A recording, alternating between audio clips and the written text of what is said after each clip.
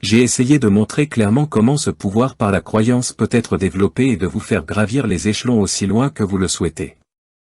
Il est nécessaire, cependant, de souligner qu'il est facile de perdre sa croyance ou sa foi. Des milliers de personnes ont atteint des sommets de réussite, pour ensuite trébucher, rouler ou tomber dans des profondeurs insoupçonnées. D'autres, à la recherche de la santé, ont semblé être plus ou moins miraculeusement guéris, pour s'apercevoir, des années plus tard ou même des mois plus tard, que leurs maux réapparaissaient.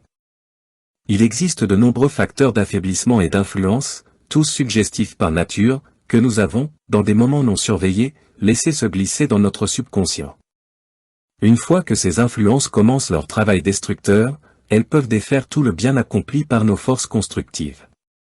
Alors, avancez, dirigez-vous vers le soleil, restez face à lui, et les ombres noires ne croiseront pas votre chemin. Je sais qu'il est difficile pour la personne moyenne qui ne connaît rien à ce sujet d'accepter l'idée que tout est à l'intérieur, mais la personne la plus matérialiste doit sûrement réaliser qu'en ce qui la concerne, rien n'existe sur le plan extérieur à moins qu'elle n'en ait connaissance ou que cela ne soit fixé dans sa conscience. C'est l'image créée dans son esprit qui donne une réalité au monde extérieur, un bonheur recherché par beaucoup et trouvé par peu. Par conséquent, notre environnement et les événements de la vie quotidienne n'ont absolument aucun effet sur notre bonheur, sauf si nous permettons aux images mentales de l'extérieur d'entrer dans notre conscience. Le bonheur est totalement indépendant de la position, de la richesse ou des possessions matérielles. C'est un état d'esprit que nous avons le pouvoir de contrôler, et ce contrôle repose sur notre pensée. Emerson a dit, « Quelle est la tâche la plus difficile au monde ?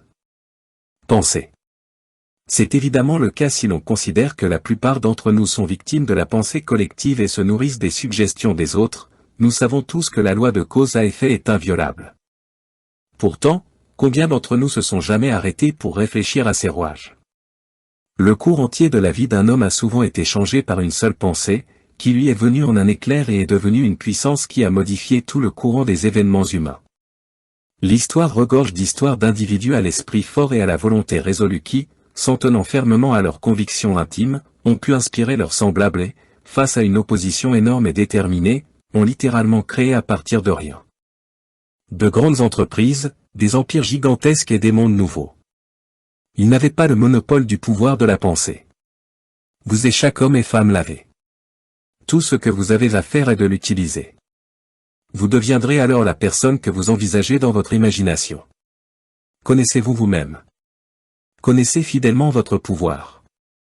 Utilisez les techniques des cartes dans le miroir, et vous obtiendrez des résultats qui dépasseront de loin vos plus grandes espérances. Croyez simplement qu'il existe une véritable magie créatrice dans la croyance et la magie. Il y aura pour la croyance, pour l'approvisionnement, le pouvoir qui vous permettra de réussir tout ce que vous voulez entreprendre. Soutenez votre croyance par une volonté résolue et vous deviendrez. Vous serez vous-même un maître des hommes parmi les hommes.